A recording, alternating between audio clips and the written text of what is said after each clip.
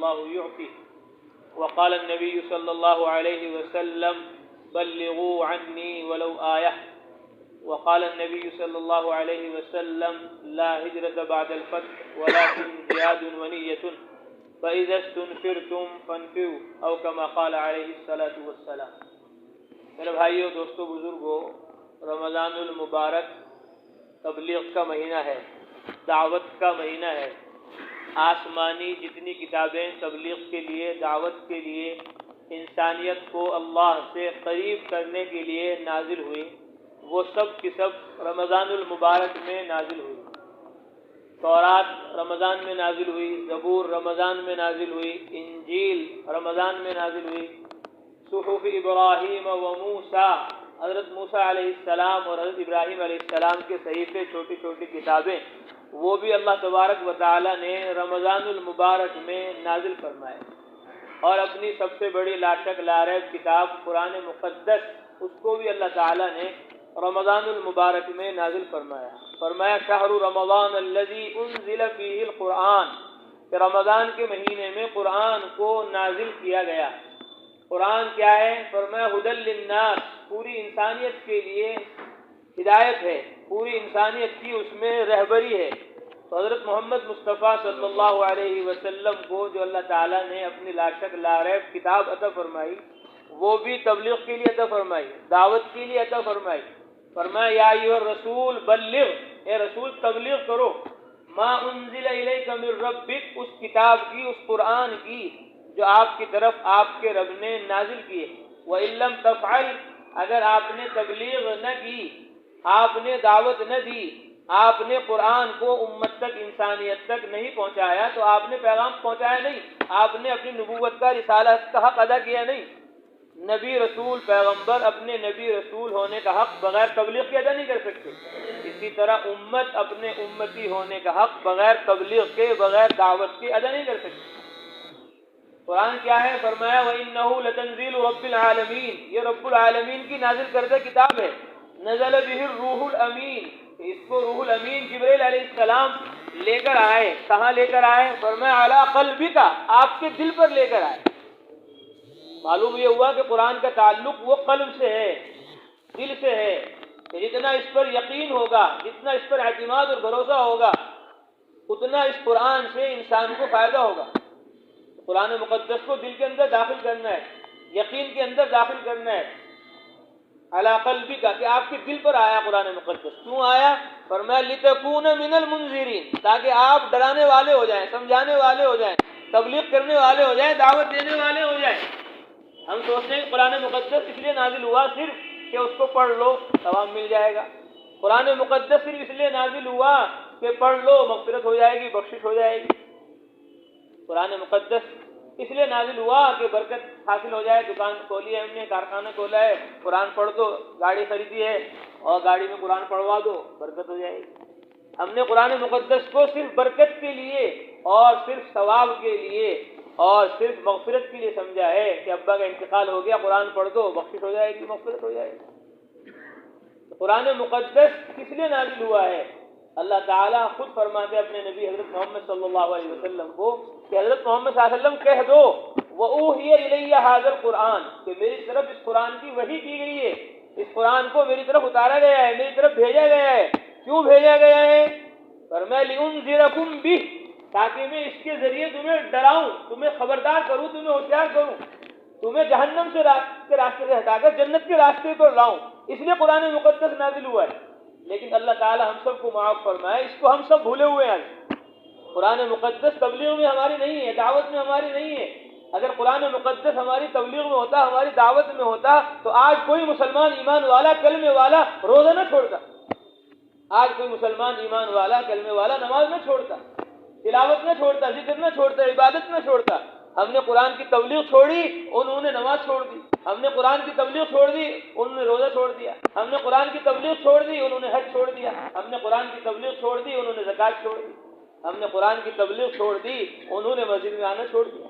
اگر ہم قرآن کی تبلیغ کرتے تو لوگ قرآن پڑھتے، اگر ہم قرآن کی تبلیغ کرتے لوگ اللہ کا ذکر کرتے، اگر ہم قرآن کی تبلیغ کرتے تو لوگ نماز پڑھتے روزے رکھتے۔ اللہ فرما رہے وذکر فإن الذکری تنفع المؤمنین، سمجھاؤ، سمجھانا ایمان والوں کو نفع دیتا ہے، کلمے والوں کو نفع دیتا ہے۔ لیکن آج سمجھانا تو دور کی بات ہے، اگر کوئی سمجھائے تو وہ بھی برا لگتا ہے۔ سمجھانا تو برا لگ ہی رہا، اگر کوئی سمجھا رہا ہے کسی کو، دوسروں کو کیا سمجھاتے، اگر کوئی ہمیں سمجھائے تو وہی ہمیں برا لگ رہا ہے۔ ایک آدمی کو سمجھا رہی تھی جماعت، بتلا رہی تھی دین پر چلو، ایمان پر محنت کرو، راہ خدا میں نکلو، تو اس نے کہا ناصیحہ مت نصیحت کر مجھے، ناصیحہ مت نصیحت کر مجھے، دل میرا گھبرائے ہے، میں سمجھوں ہوں دشمن اسے جو مجھے سمجھائے۔ میں اسے دشمن سمجھتا ہوں جو مجھے سمجھا رہا ہے کہ بھائی بیوی کو چھوڑو، بچوں کو چھوڑو، کام کو، کاروبار کو چھوڑو، کارخانے فیکٹری کو چھوڑو، عالم کے اندر پھرو۔ لوگ بغیر کلمے کے مر رہے ہیں، بغیر نماز کے مر رہے ہیں، بغیر روزے کے مر رہے ہیں، بغیر حج زکات کے مر رہے ہیں۔ سنت پر لوگوں کو لاؤ، شریعت پر لوگوں کو لاؤ، اور آئے خدا کی نقل و حرکت کرو، چلت پھرت کرو۔ اور ہم سمجھتے ہیں کہ ہمارے دشمن ہیں، ہم سے دکان چھڑوانا چاہ رہے ہیں، ہم سے کارخانہ چھڑوانا چاہ رہے ہیں، ہم سے فیکٹری چھڑوانا چاہ رہے ہیں، ہم سے بیوی بچے اسباب چھڑوانا چاہ رہے ہیں۔ قرآن مقدس کی تبلیغ اور دعوت اللہ تبارک و تعالیٰ نے حضرت محمد صلی اللہ علیہ وسلم پر فرض کی، فرمایا ان الذی فرض علیک القرآن، وہ ذات اللہ کی جس نے آپ پر قرآن کی تبلیغ فرض کی، وہ ذات اللہ کی جس نے آپ پر قرآن کی تعلیم فرض کی، وہ ذات اللہ کی جس نے آپ پر قرآن کی تعمیل فرض کی۔ جس طرح حضرت محمد صلی اللہ علیہ وسلم پر قرآن کی تبلیغ فرض ہے، اس طرح حضرت محمد صلی اللہ علیہ وسلم کی پوری امت پر قرآن کی تبلیغ فرض ہے۔ کیونکہ اب نبی کوئی نہیں آئے گا، اب رسول کوئی نہیں آئے گا، پیغمبر کوئی نہیں آئے گا، اب نبیوں کی طرح، رسولوں کی طرح، پیغمبروں کی طرح اللہ کی لاشک لاریب کتاب قرآن مقدس کو انسانیت تک پہنچانا، یہ سارے مسلمانوں کی ذمہ داری ہے، سارے ایمان والوں کی ذمہ داری ہے، سارے کلمے والوں کی ذمہ داری ہے۔ اللہ فرماتے ہیں فَإِنَّمَا يَسَّرْنَاهُ بِلِسَانِكَ، حضرت محمد صلی اللہ علیہ وسلم ہم نے قرآن کو آپ کی زبان پر آسان کر دیا۔ کیوں آسان کر دیا؟ اللہ فرماتے ہیں لِتُبَشِّرَ بِهِ الْمُتَّقِينَ، تاکہ آپ متقیوں کو خوشخبری سنا دو، جو اللہ سے ڈرتے ہیں، اللہ کا خوف اپنے اندر رکھتے ہیں، ان کو خوشخبری سنا دو۔ کون ہے اللہ سے ڈرنے والے؟ کہ اللہ سے ڈرنے والے وہ ہیں جو روزہ رکھ رہے ہیں۔ یا ایھا الذین آمنوا کتب علیکم الصیام، ایمان والو تمہارے اوپر روزے فرض کیے گئے، کما کتب علی الذین من قبلکم، جیسے تمہارے سے پہلے لوگوں پر فرض کیے گئے۔ کیوں؟ لعلکم تتقون، تاکہ تم متقی بن جاؤ، تاکہ تم بچ جاؤ عذاب سے، تاکہ تم بچ جاؤ گناہ سے۔ تقوی کا مطلب بچنا، کہ آدمی گناہوں سے بچے، نافرمانیوں سے بچے، بددینی سے بچے، بے دینی سے بچے، جہنم سے بچے، دوزخ سے بچے۔ اللہ کے نبی نے فرمایا الصوم جنۃ، کہ روزہ جو ہے ڈھال ہے، روزہ جو ہے وہ ڈھال ہے۔ کہ ڈھال کس سے ہے؟ کہ ڈھال اللہ کے عذاب سے ہے۔ روزہ ڈھال ہے، کہ ڈھال کس سے ہے؟ کہ گناہوں سے ڈھال ہے، گناہوں سے بچا جائے گا روزے کے ذریعے۔ اللہ کے نبی نے فرمایا یا معاشر الشباب من استطاع منکم الباءۃ فلیتزوج، اے نوجوانوں کی جماعت جس میں ہمت و طاقت و قوت ہے اس کو چاہیے کہ وہ شادی کر لے۔ اگر ہمت نہیں ہے، طاقت نہیں ہے تو پھر فعلیک بالصوم، تو روزہ رکھو، روزے سے شہوت ختم ہوگی، گناہوں کے جذبات نکلیں گے، اور گناہوں پر صبر کرنا تمہارے لیے آسان ہو جائے گا۔ کہ روزہ گناہوں سے روکتا ہے، نافرمانیوں سے روکتا ہے، بددینی بے دینی سے روکتا ہے۔ جس طرح ڈھال دشمن کے حملے سے روکتی ہے، اس طرح روزہ نفس کے حملے سے روکتا ہے، شیطان کے حملے سے روکتا ہے، بددینی بے دینی کے حملے سے تمہیں یہ روزہ بچائے گا۔ اس لیے روزہ رکھو، متقی بن جاؤ، متقی بن جاؤ، پرہیزگار بن جاؤ۔ لِتُبَشِّرَ بِهِ الْمُتَّقِينَ، حضرت محمد صلی اللہ علیہ وسلم آپ متقیوں کو خوشخبری سنا دو کہ جو روزہ رکھیں گے اور روزہ رکھ کر اپنے اندر اللہ کا ڈر، اللہ کا خوف پیدا کریں گے، بددینی بے دینی کو ختم کریں گے، اپنی جہالت و غفلت کو ختم کریں گے اپنی، اور اپنے آپ کو اللہ کا، نبی کا، قرآن اور حدیث کا تابعدار اور فرمانبردار بنا کر پرہیزگار ہو جائیں گے۔ لِتُبَشِّرَ بِهِ الْمُتَّقِينَ، آپ متقیوں کو، روزے داروں کو خوشخبری دے دو کہ تم نے اللہ کے لیے بھوک چھوڑی ہے، اللہ کے لیے پیاس چھوڑی ہے، اللہ کے لیے تم نے اپنی راحت و آرام کو قربان کیا ہے۔ اب اللہ نے تمہارے لیے اعلان کر دیا الصوم لی، کہ روزہ میرے لیے ہے۔ روزہ کس کے لیے ہے؟ روزہ میرے لیے ہے۔ وَأَنَا أَجْزِي بِهِ، اور روزے کا بدلہ میں تمہیں خود عطا کروں گا۔ ملائکہ اور فرشتوں سے نہیں دلوائیں گے۔ بادشاہ کوئی، حاکم کوئی اعلان کر دے کہ بھائی آج جس نے جو کام کیا ہے وہ آ کر ہم سے مزدوری لے، لیکن جو فلاں کام ہے اس کی مزدوری میں خود دوں گا، جو دوسرے کام ہیں اس کی مزدوری تو تمہیں اپنے ملازموں سے دلواؤں گا، اپنے کارندوں سے دلواؤں گا، اپنے کارکنوں سے دلواؤں گا، اور تمہاری جو فلاں مزدوری اور فلاں کام ہے اس کا بدلہ میں خود دوں گا۔ اب آدمی چوکنا ہو جائے گا کہ بھائی کارندے تو یہ دیں گے وہ دیں گے، لیکن حاکم وہ تو بادشاہ ہے، وہ کتنا ادا کرے گا؟ کہ اللہ رب العالمین ہے، احکم الحاکمین ہے، سلطان السلاطین ہے، وللہ خزائن السماوات والارض، زمین و آسمان کے خزانے اللہ کے ہیں۔ یا الصوم لی، کہ روزہ میرے لیے، روزے کا بدلہ میں خود عطا کروں گا۔ کیا عطا کریں گے؟ ما لا عین رأت، کسی آنکھ نے دیکھا نہیں، ولا اذن سمعت، کسی کان نے سنا نہیں، ولا خطر علی قلب بشر، کسی انسان کے دل پر اس کا خیال تک گزرا نہیں۔ ایسی نعمتیں، وانا اجزی بھی، اور ایک روایت میں ہے انا اجزا بھی، روزے کا بدلہ میں خود ہوں، روزے کا بدلہ میں خود ہوں۔ الصوم لی، روزہ میرے لیے۔ اللہ اکبر۔ بعض علماء نے بہت پیاری بات لکھی، فرمایا اگر کوئی آدمی دنیا کے اندر گنہگار ہے، نافرمان ہے، کسی کا حق دبایا ہے اس نے، کسی کا مال دبایا ہے اس نے، کسی کو نعوذ باللہ گالی دی ہے اور کسی کو برا بھلا کہا ہے، تو کل قیامت میں آخرت میں ان کے برائیاں اس کی نیکیاں ان کو دی جائے گی جس کا حق اس نے مارا ہے۔ لیکن روزہ ایسا عمل ہے کہ یہ اس روزے کا اجر کو، اس روزے کے ثواب کو مظلوموں کو نہیں دیا جائے گا۔ الصوم لی، اللہ فرمائے روزہ میرے لیے ہے، روزہ میرے لیے ہے تو اس کا اجر و ثواب میں دوں گا، روزہ اس بندے کے لیے نہیں ہے۔ اس لیے اس کی روزے کی نیکیاں جو ہے رمضان میں جو اس نے کمائی ہیں، شش عید میں جو اس نے کمائی ہیں، اور جو اس نے 9 ذی الحجہ کے 9 روزے رکھے ہیں، اور جو اس نے ہر مہینے کے 3 روزے رکھے ہیں، اور جو اس نے جمعرات کا اور پیر کا روزہ رکھا ہے، کہ وہ روزے اس کا اجر و ثواب یہ میرے لیے ہے۔ اس لیے اگر کسی نے کسی پر ظلم کیا ہے تو اس ظالم کی نیکیاں لوگوں کو دی جائیں گی، لیکن روزے کی جو نیکیاں ہیں، روزے کا جو اجر ہے، روزے کا جو ثواب ہے، وہ ظالم کا مظلوموں کو نہیں دیا جائے گا، کیونکہ وہ تو اللہ کے لیے ہے۔ اللہ تبارک و تعالیٰ اس کو عطا فرمائیں گے۔ الصوم لی، یہ مطلب ہے روزے کا کہ روزہ میرے لیے ہے، اس کا بدلہ میں خود دوں گا، اور اتنا دوں گا کہ تم اس کا خیال اور گمان بھی نہیں کر سکتے۔ اور یہ ایسا اجر و ثواب ہے جو تمہارا کوئی چھین نہیں سکتا تم سے، کیونکہ یہ ایسا چھپا ہوا عمل ہے، اللہ جانتا ہے، بندہ جانتا ہے کون روزے سے ہے کون روزے سے نہیں ہے، وہ تو اللہ کو خبر ہے کہ روزے کے اندر ریا نہیں ہے، روزے کے اندر دکھلاوا نہیں ہے، روزہ اللہ کو راضی کرنے کے لیے، اللہ کو خوش کرنے کے لیے، اس لیے اللہ تبارک و تعالیٰ اس کا اجر و ثواب اتنا محفوظ رکھیں گے کہ نماز کا ثواب لوگوں کو دے دیا جائے گا، روزے کا ثواب لوگوں کو دے دیا جائے گا، لیکن روزوں کا ثواب کسی کو نہیں دیا جائے گا۔ انما یسرناہ بلسانک، حضرت محمد صلی اللہ علیہ وسلم، ہم نے قرآن کو آپ کے لیے آسان کر دیا۔ کیوں آسان کر دیا؟ لتبشر بہ المتقین، تاکہ آپ متقیوں کو بشارت سنا دو، خوشخبری سنا دو کہ وہ جنت ارضها السماوات والارض، جس کی چوڑائی زمین و آسمان کے برابر ہے، اعدت للمتقین، وہ متقیوں کے لیے تیار کی گئی ہے، وہ فرما برداروں کے لیے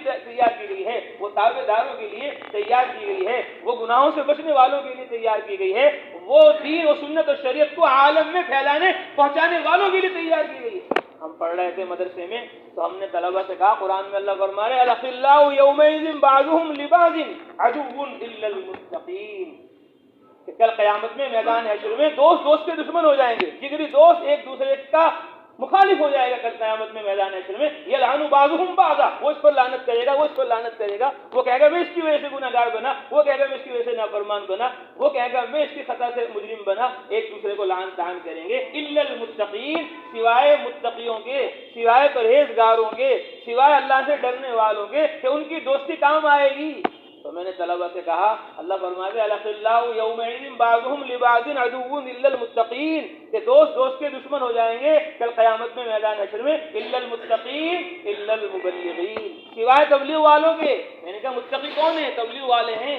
متقی کون ہیں؟ دعوت دینے والے ہیں۔ متقی کون ہیں؟ اللہ سے 100% ڈرنے والے ہیں۔ اللہ سے ڈرنے کا کیا مطلب ہے؟ اللہ سے ڈرنے کا مطلب یہ ہے 100% کہ تم نے کفر چھوڑ دیا، شرک چھوڑ دیا، جہالت چھوڑ دی، غفلت چھوڑ دی، تم نے اللہ کے حکم سے کفر چھوڑا، شرک چھوڑا، اب تم گناہوں کو بھی چھوڑو، نافرمانی کو بھی چھوڑو۔ تو جس طرح سود اور زنا اور جھوٹ اور غیبت یہ گناہ ہیں، اسی طرح نماز کو چھوڑنا بھی گناہ ہے، روزے کو چھوڑنا بھی گناہ ہے، حج اور زکوٰۃ کو چھوڑنا بھی گناہ ہے، اور علماء نے لکھا امر بالمعروف نہی عن المنکر کو چھوڑنا بھی کبیرہ گناہوں میں ہے۔ یہ بھی کبیرہ گناہوں میں ہے کہ آدمی اچھی بات کا حکم نہ کرے، بری بات سے منع نہ کرے، اللہ کے بندوں کو اللہ کی طرف نہ بلائے، آخرت کی طرف متوجہ نہ کرے، صرف اپنی عبادت پر مطمئن ہو کر بیٹھ جائے، کہ یہ بھی گناہ ہے، یہ بھی نافرمانی ہے۔ اور صاف لکھا مفسرین نے کہ اس نے اپنا راستہ بند کر لیا جو اپنی عبادت پر مطمئن ہو گیا۔ والعصر ان الانسان لفی خسر الا الذین آمنوا وعملوا الصالحات وتواصوا بالحق وتواصوا بالصبر. قسم ہے زمانے کی پوری انسانیت خسارے میں سوائے ان کے جو ایمان لائے، سوائے ان کے جنہوں نے عمل کیے، سوائے ان کے جنہوں نے ایک دوسرے کو حق کی تلقین کی، عمل کی تلقین کی کہ ایمان کی دعوت، عمل کی دعوت یہ ذریعہ نجات ہے. اگر کسی نے ایمان کے ساتھ عمل کیا اور ایمان و عمل کی دعوت نہ کی تو اس نے دو کام کیے، دو نہیں کیے، تو اس کی نجات کا دروازہ بند ہے. نجات جب ہوگی جب یہ ایمان کے ساتھ دوسروں کو ایمان کی دعوت دے، نجات جب ہوگی جب یہ عمل کے ساتھ دوسروں کو عمل کی دعوت دے.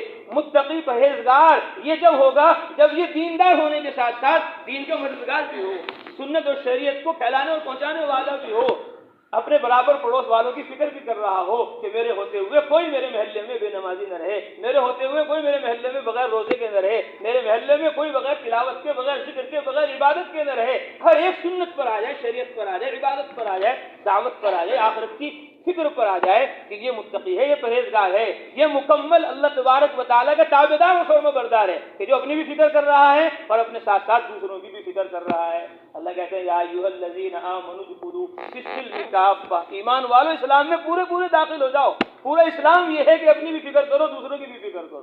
پورا دین یہ ہے کہ اپنی بھی فکر کرو، دوسروں کی بھی فکر کرو. پورا قرآن اور پوری سنت اور شریعت یہ ہے کہ اپنے آپ کو بھی جہنم سے بچاؤ اور دوسروں کو بھی جہنم سے بچانے کے لیے اپنا تن من جھونک دو، اپنے آپ کو اس کے لیے پیش کر دو، قربان کر دو.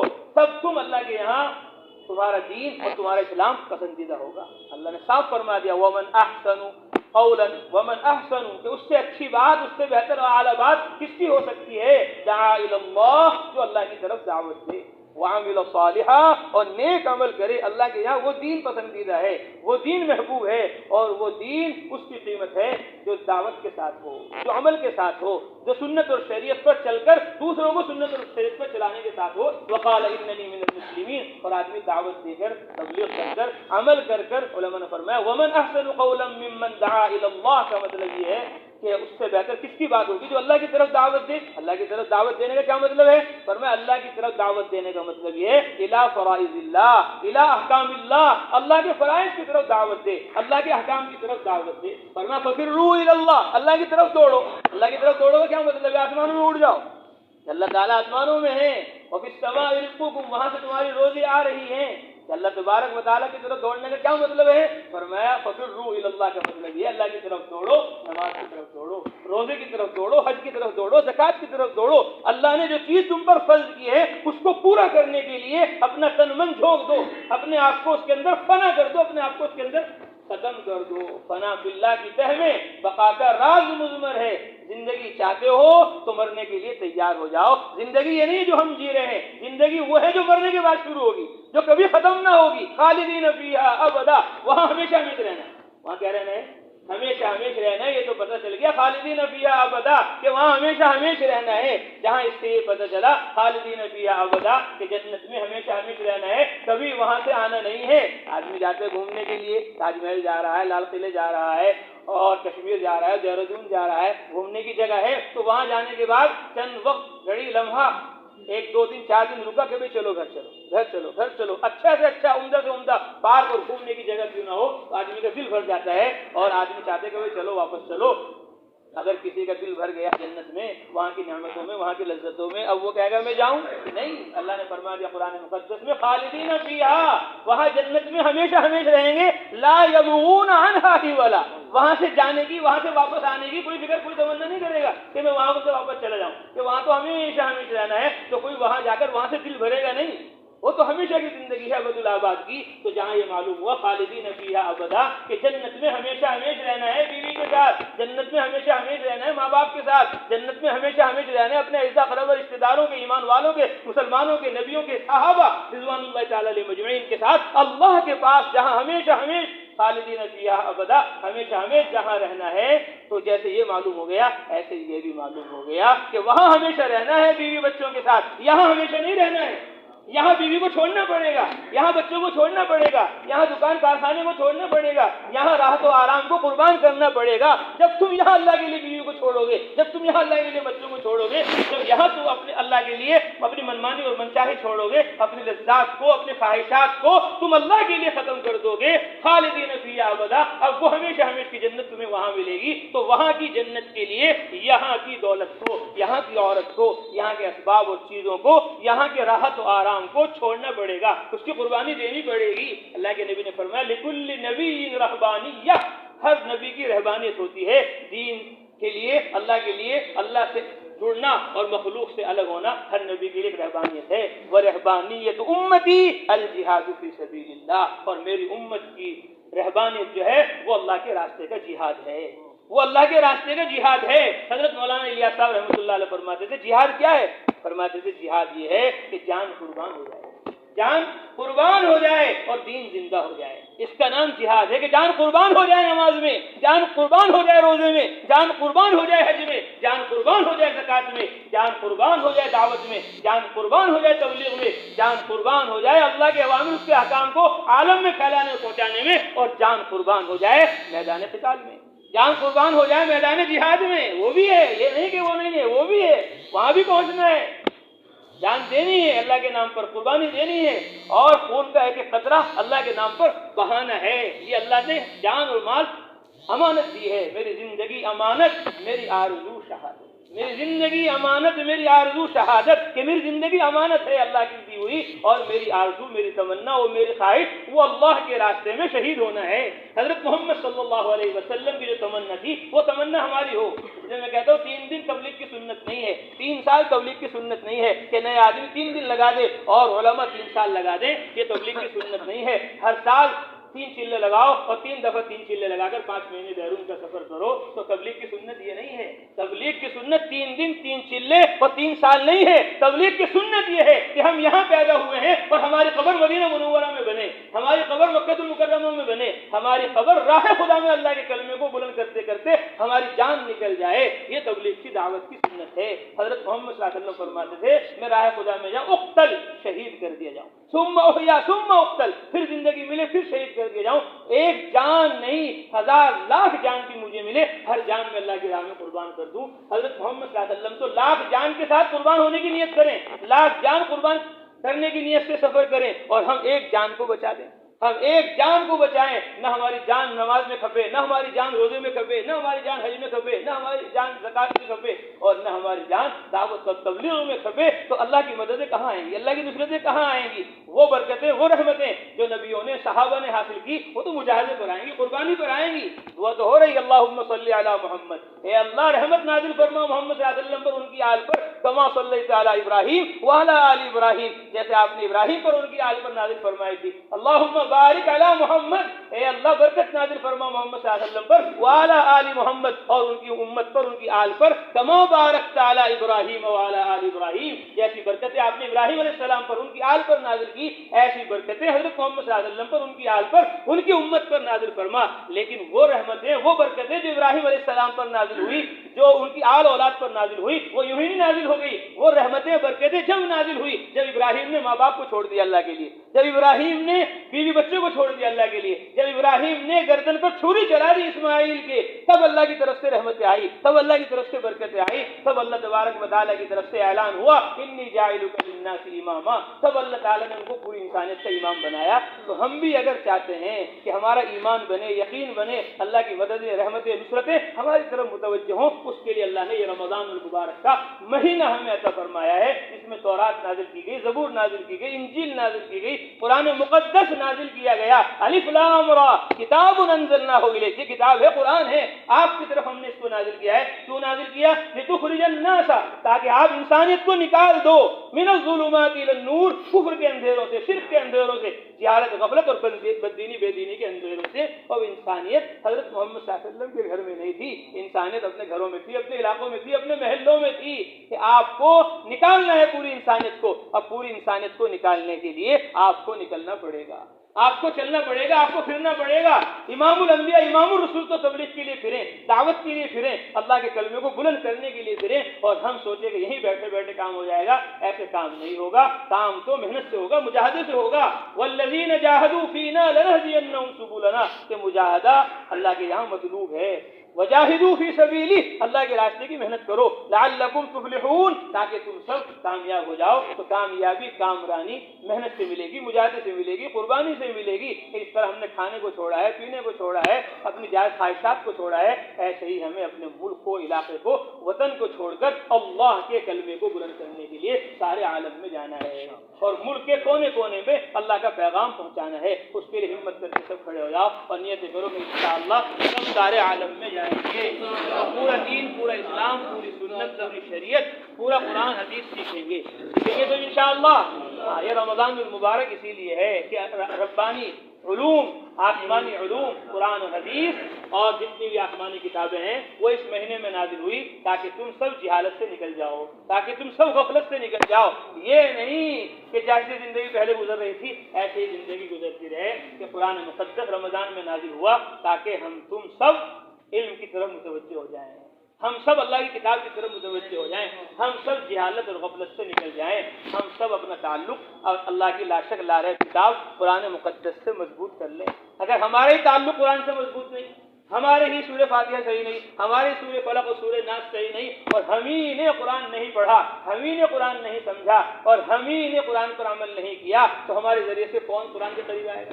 ہمارے ذریعے سے کون اللہ کے قریب آئے گا؟ کہ اللہ سے، رسول اللہ سے، قرآن و حدیث سے لوگوں کو وہی قریب کر سکتا ہے جو خود قرآن کے قریب ہو، جو خود حدیث کے قریب ہو، جو خود سنت اور شریعت کے قریب ہو۔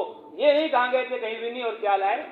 کچھ بھی نہیں۔ رمضان آیا اس لیے تاکہ ہم قرآن پڑھنے والے بنے، قرآن سمجھنے والے بنے، قرآن پر عمل کرنے والے بنے، قرآن کی تبلیغ کو لے کر ساری دنیا میں جانے والے بنے۔ محمد سفیان انشاءاللہ 12 مہینے انگلستان، 2 ماہ مکۃ المکرمہ، مدینہ منورہ، مستورات انشاءاللہ۔ اور بتاؤ گے؟ 2 ماہ انشاءاللہ۔ جی ہمتیں کرو، ارادے کرو۔ 4 مہینے لگ گئے، 3 دفعہ، اب 5 ماہ میں جانا ہے۔ اللہ قبول فرمائے۔ اور بولو ماشاءاللہ۔ جی 6 مہینے انشاءاللہ۔ اللہ قبول فرمائے۔ بار بار لکھانا ہے اور بار بار جانا ہے۔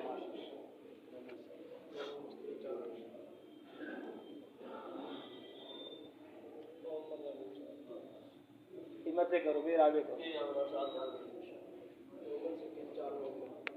ماشاءاللہ ماشاءاللہ، اللہ قبول فرمائے۔ اور ہمتیں کرو، پھر آگے کرو۔ مولانا اویس صاحب 1 برس، جی عربستان۔